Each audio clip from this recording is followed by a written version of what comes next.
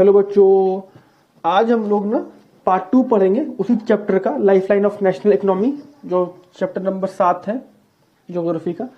तो पिछले स्लाइड में हम लोग पढ़ लिए थे कहाँ तक, इंपॉर्टेंस ऑफ रेलवेज के बारे में। अब हम लोग पढ़ेंगे डेवलपमेंट इन रेलवे की रेलवे में कैसे कैसे कैसे कैसे डेवलपमेंट हुआ, पहला कब चला ट्रेन, कैसे कैसे आगे का डेवलपमेंट हुआ।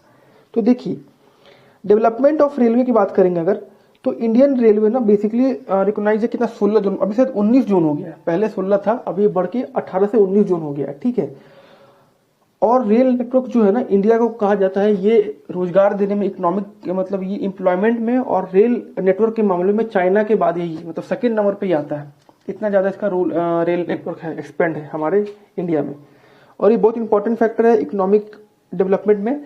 इसको बेसिकली जोन में इसलिए बांटा गया है 19 जून में, क्योंकि इससे बांटने से आसानी हो जाएगा कंट्रोल करने में, क्योंकि उसको बांटा गया वहाँ का जो इकोनॉमिक एक्टिविटी कैसा है, वहाँ का एडमिनिस्ट्रेशन कैसा है और फिजियोग्राफी कैसा है, इसलिए इसको 19 जोन में बांट दिया है। जैसे होता है साउथ ईस्टर्न रेलवे है, नॉर्थ ईस्टर्न रेलवे है, सेंट्रल रेलवे है, उस तरह से करके इसको बांटा गया है ताकि थोड़ा सा एडमिनिस्ट्रेशन करने में आसानी होगा, ताकि उसको आसानी से उसको हम लोग देख सके, मतलब उसको मेंटेन कर सके, ठीक है। चलिए, सबसे पहला क्या है कि अगर आप देख रहे होंगे स्लाइड में कि नॉर्थ प्लेन्स वास्ट लेवल, मतलब हर प्लेन्स में नॉर्थ के साइड में क्या इशू है, वही वहाँ का जो फिजियोग्राफी है बहुत ज्यादा, मतलब ये वहाँ पे खेती बाड़ी, मतलब वहाँ बहुत ज्यादा पेड़ पौधा है, वहाँ पे बहुत ज्यादा, स्पेशली अगर आइएगा तो नॉर्थ ईस्टर्न में जो ऊपर में है वहाँ पे बहुत सारा पेड़ पौधा है, माउंटेन्स एरिया है, हिली एरिया है, बहुत सारा वैली है, तो वहाँ पे ना डिजाइन करना उतना आसान नहीं होता है रेलवेज का, पटरी या वहाँ पे लेके जाना, क्योंकि वहाँ पे बहुत ज्यादा हमको ना पुल बनाना पड़ेगा, बहुत ज्यादा हमको वहाँ पे मतलब एक्सपेंड होगा, पैसा बहुत खर्चा करना पड़ेगा, एक्सपेंसिव होगा। इसलिए हम लोग वहाँ पे कोशिश करते हैं ना कि एयरवेज को ज्यादा करें प्रीफर, क्योंकि वहाँ पे बहुत ज्यादा पेड़ पौधा है वहाँ पे, तो ये भी तो अच्छा नहीं है ज्यादा पेड़ पौधा काटना। तो बेसिकली बता रहा है कि नॉर्थ प्लेन्स में जो इस साइड में, वहाँ पे ना बहुत वास्ट और लैंड है और डेंसिटी है, एग्रीकल्चर लैंड है, तो वहाँ पे क्या होता है कि ये सब काम करना थोड़ा सा मतलब उस साइड में मुश्किल होता है। बाकी जहाँ पे आसानी से बन जाएगा वहाँ पे कोई दिक्कत नहीं, वहाँ पे हम लोग बनाते हैं। और हिली टेरेस एरिया में जो में होता है, पेनिनसुलर एरिया में बहुत सारा जहाँ पे है, वहाँ पे हम लोग क्या बनाते हैं, टनल्स बनाते हैं, ब्रिजेस बनाते हैं, जहाँ जरूरी है वहाँ हम लोग बनाएंगे, जैसे कि ब्रिज हो गया, टनल हो गया, या वैसा सब चीज हम लोग इसको बना के ना वहाँ पे ट्रेन को लेके जाते हैं, मतलब ट्रेन का ट्रैक्स को लेके हम लोग वहाँ पे जाते हैं। हिमालय माउंटेन्स एरिया में क्या है, अनफेवरेबल, मतलब वहाँ पे कंडीशन नहीं है कि वहाँ पे पहाड़ काट के हम वहाँ पे बना पाए रेलवे, वहाँ का जो रिलीफ फीचर है बहुत ज्यादा मतलब ये है, डिफिकल्ट है, ठीक है। और वहाँ पे लैक ऑफ इकोनॉमिक अपॉर्चुनिटी, वहाँ पे क्या है कि उतना पॉपुलेशन भी नहीं है ताकि बनाए तो मतलब इसी से मेरा इकोनॉमिक बेनिफिशियल हो मेरा लिए। तो सारा फैक्टर को ध्यान रखते हुए हम वहाँ पे डिजाइन करते हैं रेलवे का, पटरी का, और हम लोग वहाँ तक लेके जाते हैं, ठीक है। पूरा इंडिया को रेलवे से कैसे कनेक्शन करना है, लेकिन बहुत लार्ज मात्रा में इंडिया ऑलमोस्ट कनेक्टेड है रेलवे से, लेकिन एक बोलते हैं ना बहुत ज्यादा गाड़ी होना, उतना नहीं उस साइड खासकर है। जैसे कि झारखंड में मान लीजिए बहुत गाड़ी है, 50 गाड़ी हो, लेकिन नॉर्थ ईस्ट स्टेट में, असम में मान लीजिए, नागालैंड, सिक्किम साइड में बहुत कम हो, 1-2 गाड़ी होगा, 5-6 गाड़ी, क्योंकि वहां पे डिजाइन करना, वहां पे पटरी को बनाना थोड़ा सा मुश्किल होता है। फिर देखिए, फिर राजस्थान में भी, गुजरात में भी थोड़ा सा मुश्किल है, क्योंकि वहाँ का भी जो है ना टेरेन वहाँ का उतना फेवरेबल नहीं है, ठीक है। तो वही बता रहा है कि it was difficult to lay railway lines in the sandy region, जहाँ पे बालू मिट्टी, वहाँ पे पटरी बिछाना उतना आसान नहीं है, ठीक है। लेकिन रिसेंट टाइम में बहुत ज्यादा डेवलपमेंट हुआ, स्पेशली कोंकण रेलवे है जो वहाँ पे बहुत ज्यादा डेवलपमेंट हुआ, खासकर कोस्टल एरिया है। फिर भी वहाँ वो लोग ना बहुत डिफिकल्टी से, बहुत मेहनत से, अच्छे से, बेस्ट इंजीनियरिंग, बेस्ट टेक्नोलॉजी इस्तेमाल करके ना पुल बनाया है, नदी के पास से लेके जा रहा है और वहाँ पे लोग पैसेंजर आना जा रहा कर रहे हैं वो, और कहीं ना कहीं वो इकोनॉमिक बूस्ट भी हमको दे पा रहा है। तो धीरे धीरे मेरा डेवलपमेंट हो रहा है। तो वही बता कैसे कैसे मेरा डेवलपमेंट हुआ है रेलवे में, धीरे धीरे ब्रिज बनाना, फिर आपको पुल बनाना, टनल्स, फिर डिजाइन करना, इस तरह से धीरे धीरे डेवलपमेंट हो रहा है। अब प्रॉब्लम क्या है, तो आप भी जान रहे हैं, सबसे पहला प्रॉब्लम क्या है कि मेरा आज भी रेलवे जो है ना, मतलब मोर इम्पोर्टेंट और नेशनल इकोनॉमी है, सबसे ज्यादा इकोनॉमी वहीं से आता है कहीं ना कहीं। लेकिन दिक्कत क्या है कि जितना खर्चा हो रहा है उतना नहीं आता, मतलब जितना एक ट्रेन को चलाने में खर्चा हो रहा है, मालगाड़ी को, पैसेंजर को, उतना उससे पैसा नहीं आ पाता है, क्योंकि उसमें टीटी है, उसका मेंटेनेंस है, फिर रेलवे ट्रैक्स है, फिर आपको गुड्स गार्ड में, फिर आपको गार्ड से बहुत सारा उसमें एक्सपेंस है, लेकिन उतना मेरा इकोनॉमी से उससे नहीं आ पाता है। फिर बहुत लोग विदाउट टिकट भी ट्रेवल करते हैं। फिर बहुत सारे लोग ना रेलवे की प्रॉपर्टी को डैमेज कर देते हैं। और अभी तो पता ही है कि आपको जस्ट नाउ अभी कुछ दिन पहले ही बालासोर में, वो जो है उड़ीसा में, आपको मेजर ट्रेन एक्सीडेंट हुआ। तो ये भी बहुत बड़ा फैक्टर है कि एक्सीडेंट हो जाता है। जो ट्रैक्स है भैया बहुत पहले के है डिजाइन की हुए, आज का ट्रैक नहीं बना है, बहुत पहले का ट्रैक्स है, तो उसको भी मेंटेन करना पड़ता है। फिर मेरा ट्रेन की बोगी को जो है वो ट्रेन है उसको भी फिर से हमको बनाना पड़े। तो मतलब इसमें भी बहुत ज्यादा प्रॉब्लम्स है, मेंटेनेंस करना, उसका ध्यान रखना, टेक्नोलॉजी लाना। तो ये सब फैक्टर है जो मेरे साथ मतलब रेलवे में को है अभी। फिर इसमें जरूरत से ज्यादा लोगों से काम करवाना, मतलब कि अभी भी एक इशू हो रहा है कि इसमें बहुत ज्यादा वैकेंसी है, लेकिन उसी लोग से काम हो रहा है, फॉर्म नहीं आ रहा है, एग्जाम नहीं लोग का हो रहा है। तो ये सब क्या है, ये सब मेजर प्रॉब्लम है रेलवे में। लोग चैन खींच देते हैं, इससे मेरा क्या डैमेज होता है रेलवे के प्रॉपर्टी का। अभी बीच में एग्जाम हो रहा था किसी चीज का, तो उसमें क्या किए लोग, विरोध किए। विरोध करना खराब बात नहीं है, लेकिन लोग क्या क्या कि ट्रेन के को डैमेज कर दिया, आग लगा दी। तो ये क्या नेशनल प्रॉपर्टी है रेलवे, सबका संपत्ति, उसमें आग लगा दी है, ट्रेन का कांच फोड़ दी है, या मेरा जाके स्टेशन में पूरा ये कर दिए। तो इससे क्या हो रहा है मेरा, ये सब यही सब चीज है जो मेजर प्रॉब्लम है खासकर रेलवे में। अब बता रहा है वही चीज कि किस तरह से इंपॉर्टेंट ऑफ रोड ट्रांसपोर्ट है, जो पहले बताया कि रोड ट्रांसपोर्ट के कंपेयर में रेलवे। तो वही बात है कि रेलवे को मतलब बनाना, मतलब रेलवे को डिजाइन करना, स्पेशली जो उसका होता है ट्रैक्स होता है या रेलवे का कोचेस बनाना, वो बहुत कॉस्टली होता है। फिर आपको हर जगह रेलवेज नहीं जा सकता, हर जगह आपको रेलवे, जैसे कि कहीं कहीं आपको स्लोप है, कहीं आपको हिल्स एरिया है, कहीं आपको माउंटेन्स है, हिमालय से, वहां आपको रेलवे नहीं जा पाएगा, बहुत मुश्किल से एक आध दो आपको डिजाइन हो रहा है अभी। तो इस तरह से वहां मुश्किल है। फिर आपको रोड क्या करता है, डोर टू डोर सर्विस देता है, वो जो है जो आपको रेलवे नहीं दे पाएगा। वही चीज पहले वाले साइड में, तो उसी चीज को बताया जा रहा है कि क्या क्या फायदा है रोडवेज का कंपेयर टू रेलवेज। ठीक है, और रोडवेज कहीं ना कहीं कन्वीनियंट है, आसानी से एक्सेसिबल है। ठीक है, और सबसे बड़ा बात कि जो मेरा रोडवेज है वो क्या है, वो फीडर है। फीडर का मतलब हो गया कि वो बाकी लोग की सपोर्ट करता है। जैसे कि आपको कहीं भी जाना है, आपको अगर रेलवेज के पास जाना, मतलब आपको रेलवे स्टेशन ही जाना है, या आपको मतलब एरोप्लेन पकड़ना है, मतलब एयरपोर्ट ही जाना है, या पोर्ट्स जाना है, या शिप के पास जाना है, तो कैसे जाइएगा भाई, रोडवेज ही जाइएगा ना। तो वही बता रही है, फीडर ये मेन इंपॉर्टेंट है। ठीक है, अगला स्लाइड है पाइपलाइन। पाइपलाइन आप सोचते हो ये भी एक बहुत अच्छा ट्रांसपोर्ट है। जैसे कि पाइप के अंदर जा रहा है, ये लैंड पे है, और पाइप के अंदर क्या जा रहा है, पाइप के अंदर आपको जाता है गैस, सीएनजी बोलते हैं कंप्रेसर गैस, एलपीजी, उसके अंदर गैस जाता है, फिर तेल जाता है, पेट्रोल, क्रूड ऑयल, और भी बहुत सारी चीज हम लोग ना ट्रांसपोर्ट करते हैं। उसको कैसे करेंगे, तो पाइप में तो सॉलिड चीज तो नहीं जाएगा, उसमें कौन सा चीज जाएगा, लिक्विड चीज जाएगा, या उसको बोलते हैं सेमी लिक्विड। उसको हम लोग क्या बनाते हैं, स्लरी, उसको हम लोग लिक्विड के फॉर्म में बनाएंगे और उसको हम लोग भेजेंगे मड टाइप का, ताकि एक जगह से दूसरी जगह आसानी से जा पाए। इसमें एक बार इन्वेस्टमेंट कॉस्ट होता है, शुरू में खर्चा है, गड्ढा कोड़ो, पाइप लगाओ, लेकिन बाद में इसमें कुछ कॉस्ट नहीं है, ये आराम से काम करता रहेगा, इसमें कोई रिस्क भी नहीं है, ये जल्दी खराब भी नहीं होता है, और ये अच्छा भी है कहीं ना कहीं। बस एक बार कॉस्ट इसमें है, फिर बाद में ये आसानी है। इसमें कुछ उतना मेंटेनेंस का रिक्वायरमेंट इसमें नहीं होता है, मेंटेनेंस है लेकिन उतना नहीं है, और ये डोर टू डोर पहुंच जाएगा, मतलब जहां जरूरत है वहां। इसमें लोडिंग अनलोडिंग का टेंशन खत्म। ये क्या है, कन्वीनियंट मोड है, किसके लिए, मिनरल ऑयल, नेचुरल गैस के लिए। इससे पानी भी हम लोग भेज सकते हैं। इनिशियल कॉस्ट बहुत महंगा है, लेकिन बाद में फिर से कॉस्ट कम हो जाता है, उतना मेंटेनेंस कॉस्ट नहीं है। पाइपलाइन जो है वो ट्रांसपोर्ट रूल में तो ये सबसे अच्छा है, इसमें डिले नहीं होगा, इसमें कुछ फंसना नहीं, इसमें ट्रैफिक नहीं होता है। आप भेजे यहां से तो जहां जाना है वहां पहुंच जाए, बीच में कुछ जाम उम नहीं होता है, ट्रांसपोर्ट ट्रैफिक नहीं है, पहला चीज। और ये इसका ट्रांसपोर्टेशन कॉस्ट भी कम है, बस शुरू में खर्चा है, फिर बाद में तो कुछ खर्चा ही नहीं। इसके लिए कुछ पेट्रोल, तो इसके लिए कुछ चाहिए नहीं, पेट्रोल नहीं चाहिए, डीजल नहीं चाहिए, एक बार पाइप में भेज दिए तो अपना धीरे धीरे वहां तक पहुंच जाएगा। ठीक है, मेंटेनेंस होना चाहिए, मेंटेनेंस चाहिए, लेकिन उतना मेंटेनेंस इसमें नहीं चाहिए। ठीक है, अब देखिए पाइपलाइन नेटवर्क कहाँ कहाँ है, ये सबसे इंपॉर्टेंट कि पाइपलाइन मेरा कहाँ कहाँ है, मेरे पाइपलाइन का नेटवर्क कहाँ कहाँ है। देखिए, from wild field of upper Assam, Assam to कनपुरिया, गुवाहाटी, बरौनी एंड इलाहाबाद, ये चार है जो याद ही करना पड़ेगा। कहाँ कहाँ है, एक तो आसाम से लेके वहां तक इलाहाबाद तक, एक सलाया गुजरात से लेके कहां तक पानीपत होते हुए, फिर गैस लाइन पाइपलाइन कहां तक है, फिर आपको है Hazira in Gujarat to Jagdishpur UP via Bijapur. ये रास्ता है कैसे कैसे कैसे कैसे होके जा रहा है।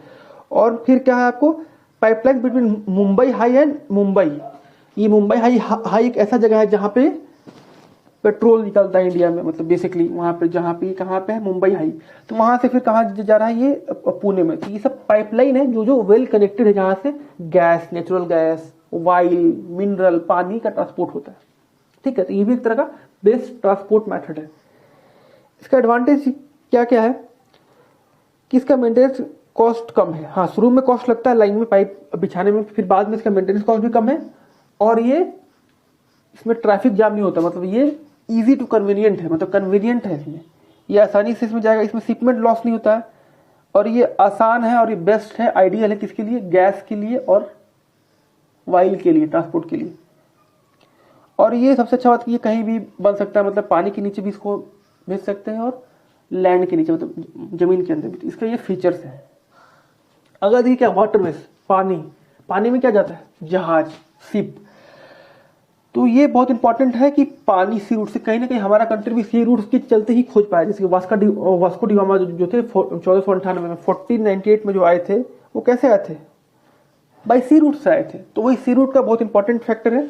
और ये कहीं ना कहीं सबसे चीपेस्ट है, चीप मतलब सबसे सस्ता है ट्रांसपोर्ट का, क्योंकि इसमें वैसा पैसा नहीं, इसमें आपको रूट बनाना पड़ेगा। इसमें पानी है, उसमें आप आराम से जा सकते हैं मतलब उसमें आपको शिप में बैठ के जा सकते हैं। कैसे जा सकते हैं, तो बहुत बार तो शिप का जो फ्लो होता है उसके चलते ही चल जाते, बोलते हैं अप स्ट्रीम है, डाउन स्ट्रीम है, या तो फ्यूल लगता है जैसे पेट्रोल डीजल से चलता है, लेकिन फिर भी आसान है ना उससे। इसमें आपको रोड नहीं बनाना है, मेंटेनेंस नहीं करना है, और ये सुटेबल है किसके लिए, हैवी लोड के लिए। बल्कि लोड इसी से जाता है। आज भी इंपोर्ट एंड एक्सपोर्ट इसी से होता है, सबसे ज्यादा एक्सपोर्ट इंपोर्ट इसी से होता है, ट्रेन से नहीं होता है। आपको अगर लंदन से, अमेरिका से, चाइना से कुछ मंगाना है ना, तो आपको ट्रेन नहीं आता उसमें है। चाइना से इंडिया तक ना आपको ट्रेन नहीं है, वो कहां से आएगा, शिप से आएगा। तो शिप आज भी बेस्ट मेथड है बल्कि लोड्स के लिए, हैवी लोड्स के लिए, मतलब जो मतलब एक्सपोर्ट इंपोर्ट के लिए। अगला चीज क्या है, ये फ्यूल इफिशिएंट, इसमें फ्यूल कम लगता है और ये इको फ्रेंडली भी है। इंडिया का इनलैंड नेविगेशन वाटरवे कितना है, 14,500। जो इंडिया का इनलैंड मतलब अपने ही कंट्री में स्टेट से स्टेट जो है होता है, कनेक्टेड है नदी से या बोलिए या समुद्र से बोलिए, तो वो कितना 14,500। और आउट ऑफ दिस 3,700 जो है ना, वो मतलब वो जो है नेविगेट हो पा रहा है किससे, मैकेनाइज बोट से, वो सब बोट से जा रहा है। ठीक है, मतलब वही बता रहा है। वाटरवेज का क्या सीन है, एक इनलैंड और सी बॉर्न। तो इनलैंड का मतलब जो आपस में, मतलब अपने ही कंट्री में एक जगह से दूसरी जगह जाना। तो ये क्या है, ये लोग कैसे जाएंगे, रिवर से जाएंगे या लेक से जाएंगे। और अगला क्या है, सी बॉर्न मतलब डीप सी या कोस्टल मतलब जो कोस्टल एरिया है। तो वही बता रहा है कि कैसे कैसे हम लोग जाते हैं। हाँ, ये थोड़ा इंपॉर्टेंट है कि नेशनल वाटरवे जो है कहाँ का है। जैसे कि पहला क्या है, Ganga river between Allahabad and Haldia, ये 1620 किलोमीटर का है, नेशनल वाटरवे नंबर 1। सेकेंड का है west coast canal in Kerala, कोटापुमा कोमन उद्योग मंडल। ठीक है, ये हो गया नेशनल हाईवे नंबर 2। फिर क्या है, Champakkara canal 205 kilometre, national highway water number 3। इस तरह से बांटा गया है। और ये बहुत इंपॉर्टेंट है, ये नेशनल हाईवे किस तरह से नेशनल हाईवे होते हैं, उस तरह से नेशनल वाटरवेज हाईवे है। ठीक है, नेशनल वाटरवेज का है। फिर देखिए सबसे इंपॉर्टेंट फैक्टर कि ये जो इनलैंड हो रहा है, ये इनलैंड कहाँ कहाँ देखिए हमारे बेटर, जैसे कि गोदावरी, कृष्णा, बराक, सुंदरबन, बंकिंगम कैनाल, ब्राह्मणी, ईस्ट वेस्ट कैनाल, ये सब क्या है, दामोदर वैली कॉर्पोरेशन, ये सब क्या है, नेशनल वाटरवेज से जो कनेक्टेड है इनलैंड अपने लिए, मतलब इनलैंड मतलब अपने कंट्री में सब वेल कनेक्टेड सिस्टम है। अब केरला में तो बेसिकली केरला क्या है, वो तो बहुत समुद्र के पास ही है ना, वो तो पूरा इंडिया के मैप में अगर देखिएगा आप केरला कहाँ होता है, एकदम यहाँ है, इस साइड में है ना, पूरा कोस्टल एरिया में। तो कोस्टल एरिया में देखिएगा तो ये क्या पूरा समुद्र से ना सटा हुआ है। तो इसीलिए केरला के बारे में पढ़ना है, वहाँ का वाटर सिस्टम के बारे में। तो इंडिया का जो 95% जो होता है ट्रेड, मतलब 95% मतलब 68% इन वॉल्यूम, वो किससे होता है, सी से। पहले बताना कि मैक्सिमम इंपोर्ट एक्सपोर्ट किससे होता है, सी से होता है। इसीलिए इंडिया ना 12 मेजर पोर्ट्स है जो बताया, जो कुछ 12 मेजर है, कुछ इसमें छोटा मोटा भी है, माइनर भी है। जो 95% ट्रेड को करता है हैंडल, जो फॉरेन के जो आता है, जो फॉरेन ट्रेड होता है, एक्सपोर्ट इंपोर्ट होता है वो। जैसे कांडला इन कुच्चा फर्स्ट पोर्ट है जो डेवलप हुआ था आफ्टर इंडिपेंडेंस, ठीक है। फिर आपको मुंबई पोर्ट है, ठीक है। तो इस तरह से ये कांडला पोर्ट हुआ है। तो ये सब जो पहला पोर्ट कहाँ था हम लोग, कराची में था जो पाकिस्तान में, लेकिन जब पाकिस्तान से हम लोग अलग हो गए आफ्टर इंडिपेंडेंस तो फिर हम लोग खुद का पोर्ट बनाए, ठीक है। तो ये बता रहा है कि कहाँ का पोर्ट है। एक हो गया आपको मुंबई पोर्ट जो है, फिर कांडला पोर्ट हो गया, फिर आपको कांडला का पोर्ट जो है वो बेसिकली बहुत इंपॉर्टेंट है ट्रेड के लिए। फिर आपको कैंडला ये टाइडल पोर्ट, तो वहाँ पे क्या होता है, इंपोर्ट हाईली पोर्ट, जैसे कि ग्रेनरीज लाना, बेल्ट, मतलब ये सब चीज़ वहाँ आता है। और बेसिकली क्या हिमाचल प्रदेश पंजाब से वेल कनेक्टेड है। कांडला एक्चुअली कहाँ पड़ता है, गुजरात की साइड में, उस साइड में पड़ता है कांडला। तो ये वेल कनेक्टेड पोर्ट है कांडला, ठीक है।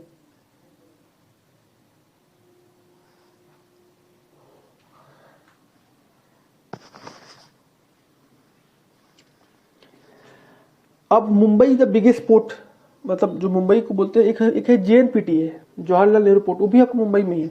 तो जो Mumbai the biggest port with the spacious nature, मतलब वो एक नेचुरल पोर्ट बोलते हैं ना, उस टाइप का पोर्ट है। फिर आपको मोरंगो पोर्ट कहाँ है, गोवा में, ये किसके लिए इंपॉर्टेंट है, आयरन ओर को एक्सपोर्ट करने के लिए। फिर एक जवाहरलाल नेहरू पोर्ट है जो प्लांट पोर्ट है, जहाँ पे शिप रुकता है, ठीक है। फिर आपको टूटीकोरिन पोर्ट है। इस तरह से ये बस पोर्ट के बारे में बताया, हम सारा पोर्ट्स लिख दिए ताकि आपको पढ़ने के लिए आसानी हो जाए, ठीक है ना। फिर आपको विशाखापट्टनम पोर्ट है जो डीपेस्ट पोर्ट है और ये लैंडलॉक्ड है, ठीक है। फिर आपको कोलकाता इनलैंड पोर्ट्स है, हल्दिया पोर्ट है। तो ये सब ना पोर्ट्स हैं जो एक इंपॉर्टेंट रोल प्ले करता है, जैसे हल्दिया पोर्ट हो गया, फिर आपको कोलकाता पोर्ट हो गया, फिर आपको JNPT हो गया, जवाहरलाल नेहरू पोर्ट, फिर मुंबई पोर्ट्स। ये दोनों कहाँ है, जवाहरलाल नेहरू पोर्ट और मुंबई पोर्ट दोनों को दोनों मुंबई में ही है, ठीक है। फिर ये हो गया मैंगलोर पोर्ट हो गया। फिर आपको कहाँ गया एक मरमंगाओ पोर्ट, ये कहाँ है, गोवा में है। वहाँ से क्या होता है, आयरन ओर। हर पोर्ट का कुछ ना कुछ स्पेसिफिकेशन है, जैसे यहाँ से आयरन ओर जाता है, वहाँ से वो डीपेस्ट पोर्ट है, स्पेशली जो ये विशाखापट्टनम का क्या है, डीपेस्ट पोर्ट है और ये लैंडलॉक्ड है। फिर आपको नेचुरल पोर्ट होता है जो खुद से बना है, स्पेशली जो मुंबई का पोर्ट है वो क्या है, एक नेचुरल पोर्ट है। फिर आपको हम लोग जो कुछ आर्टिफिशियल भी खुद से भी हम लोग पोर्ट बनाए हैं ताकि हम लोग ट्रेड कर सकें, जैसे कि टूटीकोरिन कोस्ट क्या है, ये नेचुरल हार्बर की तरह यूज होता है, ठीक है। अगला देखिए स्लाइड क्या है। अब आता है एयरवेज। तो एयरवेज का मतलब वही हवा से मतलब जाना, हवा से जाना मतलब एरोप्लेन से जाना, शिप से जाना, मतलब शिप मतलब जैसे कि हेलीकॉप्टर से जाना। तो पहले ना एयरवेज जो था ना वो किसी एक आदमी का था, मतलब इंडिविजुअल का था, मतलब उस तरह से था, ये प्राइवेट था। पहले किसका था, टाटा का था, मतलब टाटा ग्रुप का था। अभी भी टाटा ग्रुप का हो गया, लेकिन पहले क्या था कि 1953 में ये हो गया नेशनलाइज। तो सारा का सारा जो हो गया वो किसका हो गया, गवर्नमेंट का हो गया। तो इंडियन एयरलाइंस जो था, airlines air subsidy of Indian airlines, वो पहले प्राइवेट था, बाद में उसको मतलब जो टाटा का था पहले, उसको बाद में गवर्नमेंट सब्सिडी कर दिया, नेशनलाइज कर दिया, तो उसको गवर्नमेंट ले लिया। उसी तरह से पवन हंस है जो हेलीकॉप्टर फैसिलिटी देता है लोग को जाने के लिए, ठीक है। तो ये बेसिकली ये बताना चाह रहा है कि एयरवेज से मतलब क्या क्या, मतलब एयरवेज का मतलब एक तो हो गया एरोप्लेन से हम लोग जाते हैं, डोमेस्टिक इंटरनेशनल होता है। फिर क्या है आपको, फिर आपको पवन हंस जो है वो एक हेलीकॉप्टर है, उसको उस टाइप का जो मतलब बेसिकली लोग को ट्रांसपोर्ट करता है, यहाँ से वहाँ तक लोग जाने में हेल्प करता है। फिर आपको स्पेशली जो नॉर्थ ईस्ट साइड है इंडिया का, वो ज़्यादा एयर से मतलब वो यूज़ करते हैं, वो खासकर उनके लिए जो है ना ज़्यादा फैसिलिटीज़ है, क्योंकि वहाँ पे ना वहाँ का फिर से वही कि वहाँ का जो फीचर्स है, जो साइलेंट फीचर्स है, आपको फिजियोग्राफी है, वहाँ का जो एरिया है, टेराइन है, माउंटेन है, वैली है, प्लेन्स नहीं है, वहाँ पे बहुत सारा फॉरेस्ट है। तो वहाँ पे ना मतलब ट्रांसपोर्ट करना बहुत मुश्किल होता है, स्पेशली कौन सा ट्रांसपोर्ट करना, रोडवेज बनाना, रेलवेज बनाना, वाटरवेज भी नहीं है वहाँ पे। तो इसलिए वहाँ पे एयरवेज हम लोग करते हैं प्रेफर, और स्पेशली उस एरिया में बहुत ज़्यादा मतलब एयरवेज का ये होता है ताकि आसानी से हम जा पाए। जम्मू कश्मीर रीजन हो गया है, बहुत सारा हिली एरिया है, तो वहाँ पे रोड बनाना या और बाकी मोड ऑफ ट्रांसपोर्ट उतना आसान नहीं है। इसलिए वहाँ पे बेसिकली हिमाचल प्रदेश में, उत्तराखंड में, उत्तरांचल में, उस साइड में क्या है, आपको एयरलाइन फैसिलिटी है, ठीक है।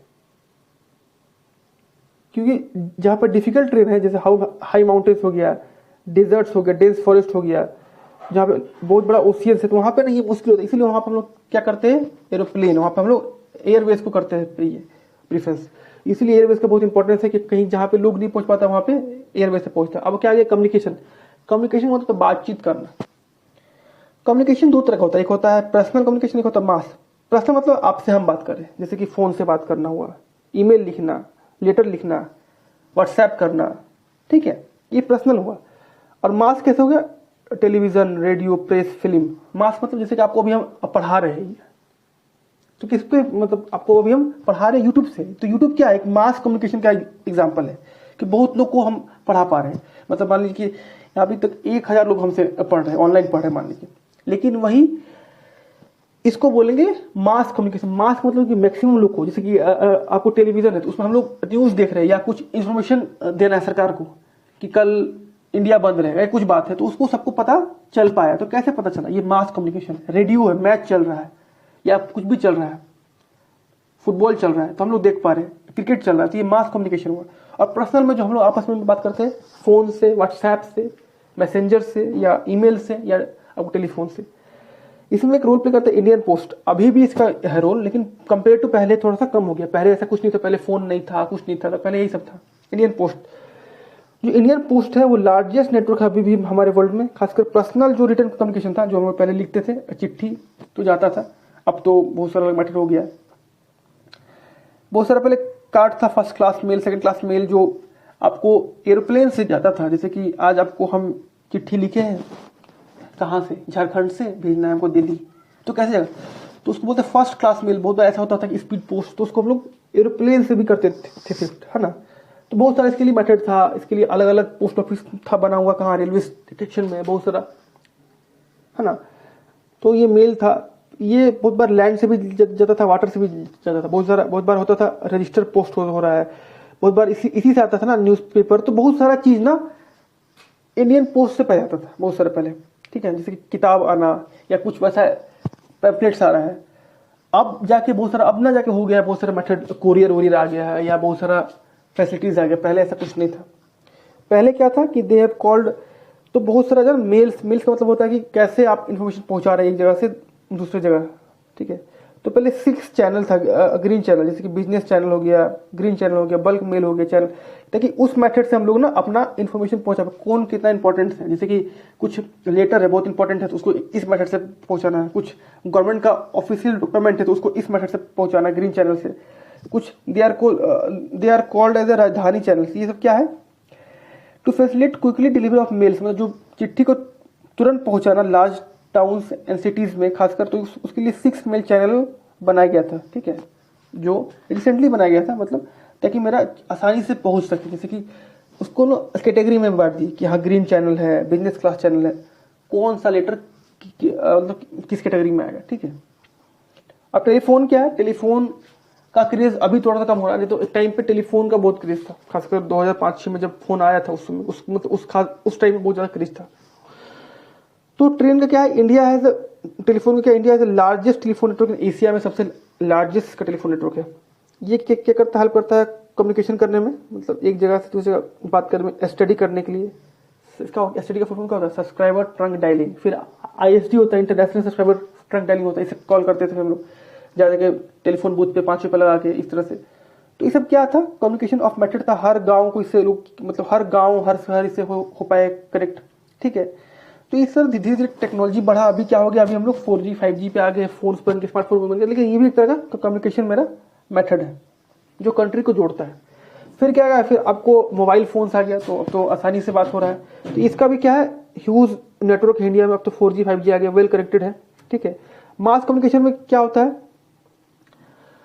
मास कम्युनिकेशन मतलब क्या हो गया, मास का कम्युनिकेशन मतलब कि मास मतलब ना बड़ा सा ग्रुप में, मास बोलते हैं ना, सबको पता चले। जैसे कि कुछ इन्फॉर्मेशन देना, कुछ अवेयरनेस बताना है, कुछ इंटरटेनमेंट है, कुछ फिल्म है, तो मूवी है। तो इंडिया का जो है ना, रेडियो हो गया, टेलीविजन हो गया, न्यूज़पेपर हो गया, मैगजीन हो गया, बुक्स हो गया, फिल्म हो गया, ऑल इंडिया रेडियो हो गया, आकाशवाणी, ये क्या करता है, ब्रॉडकास्ट करता है बहुत वैरायटी ऑफ प्रोग्राम जो नेशनल और लोकल लैंग्वेज में, जो बहुत हेल्पफुल है लोग को अवेयरनेस क्रिएट करने के लिए, इन्फॉर्मेशन देने के लिए।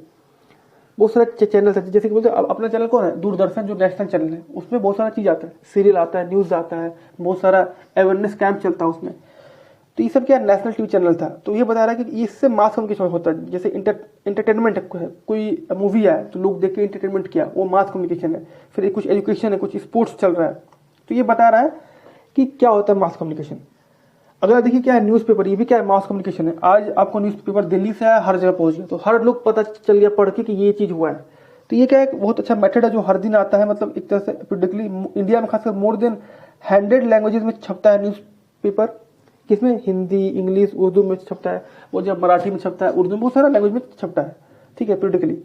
फिल्म क्या होता है, फिल्म जो India is the largest producer feature film, खासकर इंडिया तो लार्जेस्ट प्रोड्यूसर करता है फीचर की फिल्म। हर दिन फिल्म आता है कुछ ना कुछ इंडिया में, खासकर अब जब से ओटीटी आ गया, ओवर द टॉप, जब से ओटीटी प्लेटफॉर्म आ गया है तो हर दिन मूवी आ रहा है। मतलब ऐसे भी तो इंडिया लार्जेस्ट प्रोड्यूसर है पूरे वर्ल्ड में फीचर फिल्म का, शॉर्ट फिल्म का, लार्ज फिल्म का। इंडिया में फिल्म रेवोल्यूशन कौन करता है, इंडिया में क्या दिखाना है, कौन सा रेटिंग देखते हैं, यूए है, फिर अंडर एडल्ट, मतलब कौन सा रेटिंग कैसा है कि इसको सब लोग देख सकता है, इसको 30 ईयर्स के लोग देख सकता है। देखते हैं कुछ होता है ना आपको रेटिंग यू यूनिवर्सल सब लोग देख सकते हैं, एक होता है you under guidance of parents, फिर एक होता है, तो कौन कौन देख सकता है, तो इसको बोलते हैं गाइडेंस। जो ये कौन दिखाता है, ये जो central film board of film certification जो अथॉरिटी ऑफ सर्टिफाई करता है, मतलब ये ना सर्टिफाई करता है कि कौन सा फिल्म को कौन सा रेटिंग मिलेगा। कुछ उल्टा पुल्टा चीज आप मत दिखाएं। उल्टा पुल्टा चीज का मतलब जो हार्मफुल है हमारे कंट्री के लिए, जैसे कि स्मोकिंग दिखा रहे, सिगरेट पीना दिखा रहे या दारू, तो उसमें पहले मैसेज आ जाता है कॉशन करके कि smoking is injurious to health, alcohol consumption is injurious to health, ये मतलब नुकसानदेह है, ये प्रमोट नहीं कर रहा है बस फिल्म में। तो इसीलिए इसको कौन ध्यान रखता है, इसको ध्यान रखता है central board of film certification, ठीक है ना, इसको ये ध्यान रखता है CBFC, ठीक है, इसको ये ध्यान रखता है कि कौन सा चीज को दिखाना है, कौन सा चीज को नहीं दिखाना, कौन सा रेटिंग इसको देना है। तो इस तरह से ये मास कम्युनिकेशन है, क्योंकि कहीं ना कहीं मीडिया हो गया, न्यूज़पेपर हो गया, न्यूज हो गया, या आपको न्यूज चैनल हो गया, या फिल्म हो गई, ये सब क्या है, मास कम्युनिकेशन है। कुछ लोग को दिखा रहे, कुछ अच्छा फिल्म या कुछ भी दिखा रहे हैं, तो उससे लोग में अवेयरनेस आ रहा है। या मैगजीन हो गया, या न्यूज़पेपर हो गया, या फिर आपको बहुत सारा मेथड है, रेडियो हो गया। तो ये क्या है, मास कम्युनिकेशन का एक तरीका है। इंपॉर्टेंस ऑफ ट्रेड, ट्रेड का क्या इंपॉर्टेंस है, तो ये बताने का जरूरत नहीं कि ट्रेड कितना इंपॉर्टेंट है हमारे लिए। बोलते हैं व्यापार करना, उससे पैसा आता है, नेशनल इकोनॉमी बढ़ता है, जीडीपी बढ़ता है, उससे एम्प्लॉयमेंट मिलता है। तो ये सब क्या है, इंपॉर्टेंस ऑफ मेरा ट्रेड है। तो मॉडर्न का लाइफ जो है, हमारा अभी लाइफ इतना कम्प्लेक्स हो गया कि हम लोग हर चीज़ पे ना डिपेंडेड है, हर चीज़ पे। ऐसा कोई कंट्री नहीं है कि जो बोलेगा कि हाँ मेरे पास सब चीज़ें नहीं, कहीं ना कहीं से रॉ मटेरियल एक्सपोर्ट हो रहा है, कहीं ना कहीं से रॉ मटेरियल इंपोर्ट हो रहा है, तब जाके वो फिनिश गुड बना पा रहा है। आज के डेट में कोई भी कंट्री सेल्फ रिलायंट नहीं बोल सकता है, क्योंकि कुछ ना कुछ उसको रिसोर्स चाहिए, इसीलिए होता है ट्रेड। ट्रेड का मतलब क्या होता है, कुछ सामान उसको देंगे, हमको पैसा मिलेगा, फिर वो यहाँ हमसे कुछ सामान खरीदेगा, मतलब कि मैथड ऑफ इम्पोर्ट एक्सपोर्ट, ठीक है। आज के डेट में हर लोग के पास कुछ ना कुछ रिसोर्सेज है, हर कंट्री के पास, तो हमको चाहिए जो, तो इसीलिए हम लोग करते हैं ट्रेड कि आपसे कुछ ले लें, आप हमसे कुछ ले लें। It is a method of inter relationship बोल सकते हैं। फिर क्या होता है, रिक्वायरमेंट है जो भी, तो फुलफिल किसे होता है, ट्रेड से होता है, इम्पोर्ट एक्सपोर्ट करते हैं। फिर बहुत सारा जो क्लाइमेटीज आ गया, मान लीजिए, तो मेरा ट्रेड रिलेशनशिप बहुत इंपॉर्टेंट है कि कहीं से मान लीजिए कुछ भूकंप आ गया, कुछ आ गया, तो उस टाइम पे हम लोग एक कंट्री ना दूसरे कंट्री की हेल्प करते हैं। तो कैसे, ये बाय हेल्प ऑफ ट्रेड, कि उससे मेरा व्यापार अच्छा है, उससे मेरा रिलेशन अच्छा है, उस तरह से, ठीक है। तो ये बेसिकली ट्रेड क्या होता है, एक रिलेशनशिप है, गारंटी देता है कि हाँ एक कंट्री में से दूसरे कंट्री में क्या रहे, पीस रहे, कि आप मेरे दोस्त थे, आपसे हम व्यापार करते हैं, तो आपसे मेरा एक रिलेशनशिप अच्छा बनेगा, डाइवर्सिटी बनेगा, मतलब उससे मेरा कल्चर होगा ट्रांसफर, कि वहाँ के लोग कुछ आके यहाँ काम करें, यहाँ के लोग कुछ जाके वहाँ काम करें, इससे एम्प्लॉयमेंट आ रहा है, फॉरेन एक्सचेंज आ रहा है, इससे एक्सपोर्ट इम्पोर्ट हो रहा है, इससे मेरा नेशनल इनकम हो रहा है, ठीक है। अब नेशनल ट्रेड का कौन सा कंपोर्ट है, सबसे पहला ट्रेड में क्या, एक्सपोर्ट इंपोर्ट होता है। अगला क्या, बैलेंस ऑफ ट्रेड कंट्री क्या है, ये बहुत इंपॉर्टेंट। बैलेंस ऑफ ट्रेड का मतलब क्या होता है, difference between export and import, मतलब कितना उससे हम वहाँ एक्सपोर्ट कर रहे हैं और वहाँ से कितना हम मंगा रहे हैं, इंपोर्ट करा रहे हैं, मतलब कितना एक्सपोर्ट करते हैं, कितना इंपोर्ट करते हैं, मतलब कितना किसी कंट्री से हम कुछ सामान मंगा रहे हैं और अपने कंट्री से उस कंट्री में कितना सामान भेज रहे हैं, इसी को बोलते हैं बैलेंस ऑफ ट्रेड करना, ठीक है।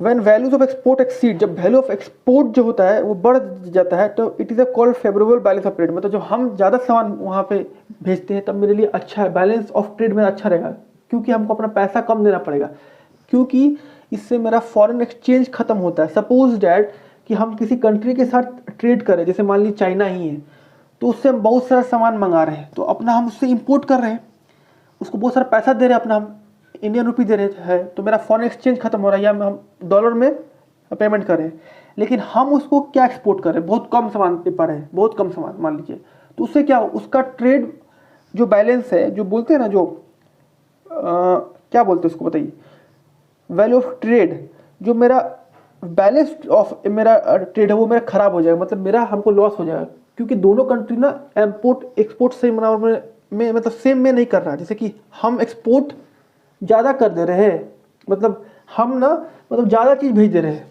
और उससे और वो हमको बहुत कम भेज पा रहा है, तो इस केस में क्या होगा, बैलेंस नहीं हो पाया। तो बैलेंस करना बहुत ज़रूरी है, स्पेशली अपने कंट्री में हम लोग बहुत कुछ एक्सपोर्ट कराते हैं, बहुत कुछ वहाँ से मंगा लेते हैं, सो इम्पोर्ट कराते हैं वहाँ से, हमारे पास आता है, उस केस में हमारे लिए बहुत लॉस हो जाता है, क्योंकि हम बहुत कुछ मंगाए और एक्सपोर्ट बहुत कम कर पाए, तो मेरा बैलेंस ऑफ ट्रेड मेरा खराब हो जाएगा, क्योंकि मेरा फॉरेन एक्सचेंज खत्म हो रहा है।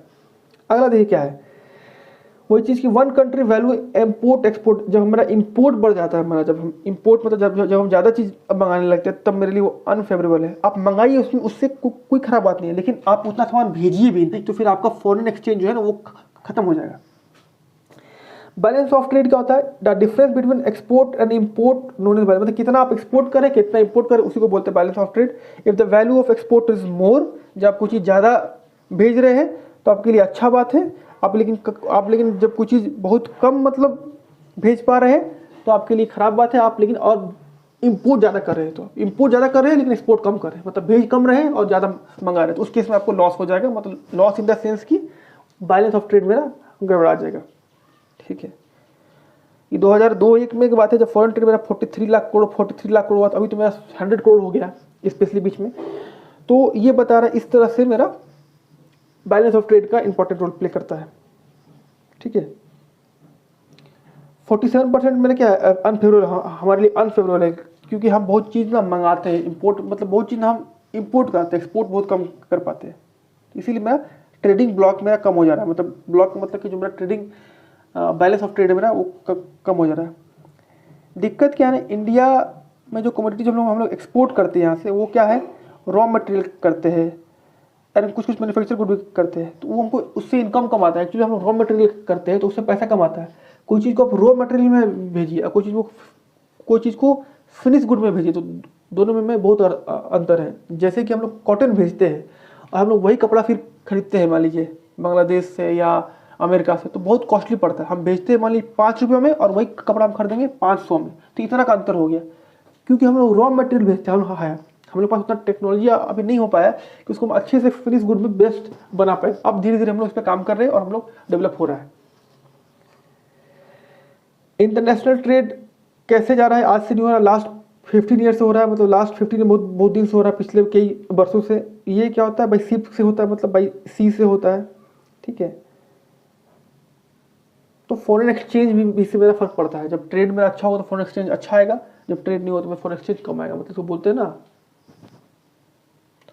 अब tourism as a trade, tourism भी एक तरह का मेरा क्या ट्रेड बहुत बड़ा है, क्योंकि बाहर के देश के लोग यहाँ आएंगे तो पैसा मिलेगा, मतलब वहाँ का फॉरेन एक्सचेंज हमको मिलेगा एज अ ट्रेड। वही बोल रहा है कि इंडिया ना के पास बहुत ज़्यादा कैपेसिटी है। लास्ट 3 ट्रेड मतलब लास्ट 3 डिकेड में हम लोग एज अ टूरिज्म हब बन गए, मतलब हम लोग के पास लोग ना घूमने आ रहा है। जैसे कि हमारे पास बहुत सारे हेरिटेज साइट है, ताजमहल है, फिर आपको कुतुब मीनार है दिल्ली है, फिर आपको गौतम बुद्ध का साइट है, राजगीर है, फिर आपको जम्मू कश्मीर, बहुत जगह हमारे पास है इंडिया में। डाइवर्स कल्चर है, डाइवर्स इन्वायरमेंट है, मतलब इन्वायरमेंट मतलब डाइवर्स हमारे पास क्या है, हेरिटेजेस है, बहुत सारा फोर्ट्स है राजस्थान में। तो वो सब क्या हो रहा है, उससे मेरा रेवेन्यू आ रहा है, ऐसा हम उसको ट्रेड इस्तेमाल कर रहे हैं, मतलब हमारे लिए वो अच्छा है।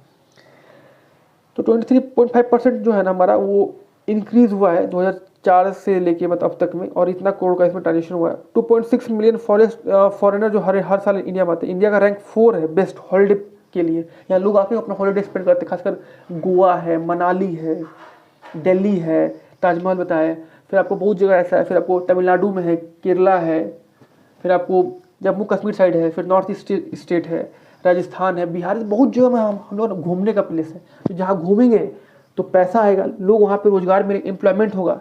तो वही बता रहा है कि ये मेरा 4th बेस्ट रैंक है। ऑलमोस्ट 15 लाख मतलब 15 मिलियन पीपल ना लोग डायरेक्टली इससे जुड़े हुए हैं, टूरिज्म से लोग घूमने जाते हैं। ये मेरा नेशनल इंटीग्रेशन में हेल्प करता है, मतलब मेरा नेशनल का यूनिटी बढ़ाता है, मतलब मेरे देश का यूनिटी को बढ़ाता है। और नेशनल इंटीग्रेशन मतलब कि मेरा देश में एकजुटता लाता है। मान लीजिए बिहार का लोग जाता है बंगाल, बंगाल का लोग आता है बिहार, या उड़ीसा का लोग जाता है कहीं, तो हर लोग ना यहाँ से वहाँ जा रहा है। इससे क्या होगा, एक रिलेशनशिप बन रहा है, डाइवर्स कल्चर का ट्रांसफर हो रहा है। उससे कुछ हम सीख रहे हैं, हमसे कुछ वो सीख रहा है। तो इंडिया क्या है, लैंड ऑफ डाइवर्स कल्चर है, यहाँ पे बहुत सारा डाइवर्स लैंड है। तो इससे क्या होता है, हम लोग लोकल हैंडीक्राफ्ट्स वहाँ का देखते हैं, वहाँ का कल्चर देखते हैं, वो सीखते हैं। वो मेरा हेल्प करता है ट्रेड में, प्रमोशन करने में। और ये कहीं ना कहीं मेरा इससे मेरा देश का कल्चर भी मेरा मतलब एक्सप्लोर होता है, ठीक है। इंटरनेशनल में भी हमारा कल्चर को एक्सप्लोर किया जाता है, मतलब उसको दिखाया जाता है, हेरिटेज है। इंडिया में बहुत तरह का होता है टूरिज्म। एक होता है हेरिटेज टूरिज्म, लोग जा घूमते हैं, फिर इको टूरिज्म है, एडवेंचर टूरिज्म है, कल्चर टूरिज्म है, फिर मेडिकल टूरिज्म, बिजनेस टूरिज्म, बहुत तरह का टूरिज्म है। जैसे कुछ लोग बिजनेस के लिए जाते हैं तो उसको बोलते हैं बिजनेस का टूरिज्म है। मेडिकल, बहुत लोग इलाज कराने जाते हैं, खासकर भेल्लोर वोलोर, तो वहाँ क्या होता है, वो मेडिकल का टूरिज्म, मतलब एक तरह से वहाँ पे जा रहे हैं। टूरिज्म का मतलब सिर्फ ये नहीं घूमने, वहाँ पे किसी काम से भी जा रहे हैं, तो वहाँ पे रेवेन्यू जनरेट हो रहा है उस कंट्री के लिए या उस स्टेट के लिए। तो ये क्या एम्प्लॉयमेंट दे रहा है, देश का जीडीपी का में ग्रोथ करता है, लोग को मतलब एक तरह से डेवलपमेंट हो रहा है, लोग में, लोग सीख रहा है, स्किल्स सीख रहा है, फिर लोग में कल्चर डेवलप हो रहा है, नेशनल इंटीग्रेशन बढ़ रहा है, यूनिटी बढ़ रहा है। जैसे राजस्थान है, गोवा है, जम्मू कश्मीर है, ये सब क्या बेस्ट मतलब कहीं कहीं टूरिस्ट प्लेस है। फिर आपको बहुत अभी भी हमारे पास बहुत सारा टूरिस्ट प्लेस है, हिमालय है, जहाँ पे वास्ट पोटेंशियल है, उस पर काम चल रहा है। धीरे धीरे वो एक टाइम पे डेवलप कर जाएगा और इंडिया कहीं ना कहीं इसमें बहुत ज़्यादा बेस्ट कर पाएगा, क्योंकि इंडिया में बहुत तरह का टूरिज्म होता है। जैसे कि अभी जो बन रहा है, जैसे कि गौतम बुद्धा का जो है वहाँ राजगीर है, बिहार गौतम बुद्ध है, वहाँ लोग जाते हैं, बौद्ध जहाँ पे, फिर आपको बोध गया जाते हैं। फिर बहुत सारा ना पिलग्रिम साइट, पिलग्रिम जो बोलते हैं ना, वहाँ पे साइट है, जैसे कि वैष्णो देवी है, फिर आपको 4 धाम है। इस तरह से आपको बहुत सारा जगह जो है जहाँ पे लोग घूमने भी जाते हैं, पूजा पाठ करने जाते हैं। तो एक तरह का ये क्या है, टूरिज्म है, इको टूरिज्म है, एडवेंचर लोग करने जाते हैं। तो इस तरह से हॉलीडे बनाने जाते हैं, मनाली, गोवा, इस तरह से क्या है, ये सब एक टूरिज्म साइट है जहाँ से लोग को रिक्रिएशन मिलता है, खुशी मिलता है लोग का। प्लस साथ में इंडिया का नेशनल डेवलपमेंट भी हो रहा है, जीडीपी भी बढ़ता है, लोग को एम्प्लॉयमेंट मिलता है। और ये हमारे सरकार का भी प्लान है, मतलब गवर्नमेंट का भी प्लान है कि लोग आके घूमे, देश को विजिट करें, देश को समझे, वहाँ का कल्चर सीखे, लोग में अवेयरनेस हो कि वहाँ पे कौन सा चीज़ हो रहा है, ताकि उसको हम लोग भी इम्प्लीमेंट कर पाए। केरला में क्या हो रहा है, ताकि हम अपने कंट्री में, अपने स्टेट में भी कर पाए, क्योंकि वहाँ पे लोग ज़्यादा ही डेवलप्ड है, ऐसा कहते हैं। और है भी, वहाँ पे ज़्यादा ही एजुकेशन बहुत अच्छा है, तो वहाँ के लोग समझदार होते हैं। तो वही सब चीज़ सीखना, यूनिटी लाना, डाइवर्सिटी है कल्चर में, लर्न करना, हेरिटेज है, बहुत सारा साइट है, तो ये सब बता रहा है। फिर एक होता है, एक बोलते हैं स्टडी टूरिज्म, लोग पढ़ने के लिए भी जाते हैं, साइट घूमने के लिए, वहाँ पे कौन सा साइट था, जैसे हिस्ट्री का साइट है, हड़प्पा सिविलाइजेशन है, या फिर आप बोल सकते हैं कि बोध गया जा रहा है, वहाँ लोग पढ़ता है, ये बोलते हैं ना टूरिज्म, स्टडी, क्या स्टडी टूर है। ये सब क्या होता है, लोग जाके कहीं ना कहीं एक तरह का टूरिज्म ही है, ठीक है। तो ये हमारा ऐप है, ऑनलाइन आ चुका है, लाइव है प्ले स्टोर पे, आप इसको डाउनलोड कर सकते हैं। इसमें ऑफलाइन भी पढ़ सकते हैं, ऑनलाइन भी पढ़ सकते हैं, बहुत सारा इसमें आपको स्टडी मटेरियल है। ये प्ले स्टोर है, आप यहाँ से डाउनलोड कर सकते हैं प्ले स्टोर। इसमें आप हर मटेरियल आपको मिल जाएगा, स्टडी मटेरियल जो भी पढ़ाते हैं। किसी भी असिस्टेंस के लिए आप इस पर कॉल कर सकते हैं, व्हाट्सएप है, ये नंबर है, सपोर्ट कीजिए हम लोग को। ये हमारा फेसबुक चैनल है, इंस्टाग्राम चैनल है, टेलीग्राम चैनल है, और ये मेल है। कोई भी अगर क्वेरी है तो फीडबैक, और ये तो मोड्स ऑफ ट्रांसपोर्ट है, आप तो देख ही रहे हैं। तो थैंक यू फॉर वाचिंग और thank you for your support. आज ये चैप्टर ख़त्म हो गया, chapter number 7, that is lifeline of national economy. ये चैप्टर में बेसिकली हम लोग ट्रांसपोर्ट के बारे में पढ़े, कम्युनिकेशन के बारे में पढ़े, और ट्रेड के बारे में पढ़े, फिर पढ़े कि टूरिज़्म क्या होता है, ठीक है। तो आज आपका क्लास 10 एनसीईआरटी का ज्योग्राफी ख़त्म हो गया। अब आगे क्या पढ़ना आप लोग बताइए, कमेंट कीजिएगा, उस हिसाब से हम लोग उसको स्टार्ट करेंगे। और कहीं भी कुछ भी क्वेरी है, फीडबैक है, प्लीज़ शेयर कीजिए, ताकि हम लोग समझ पाए कि और हमको क्या इम्प्रूवमेंट करना है और क्या डेवलपमेंट करना है, ठीक है। तो thank you for your patience and thank you for watching this video. Thank you.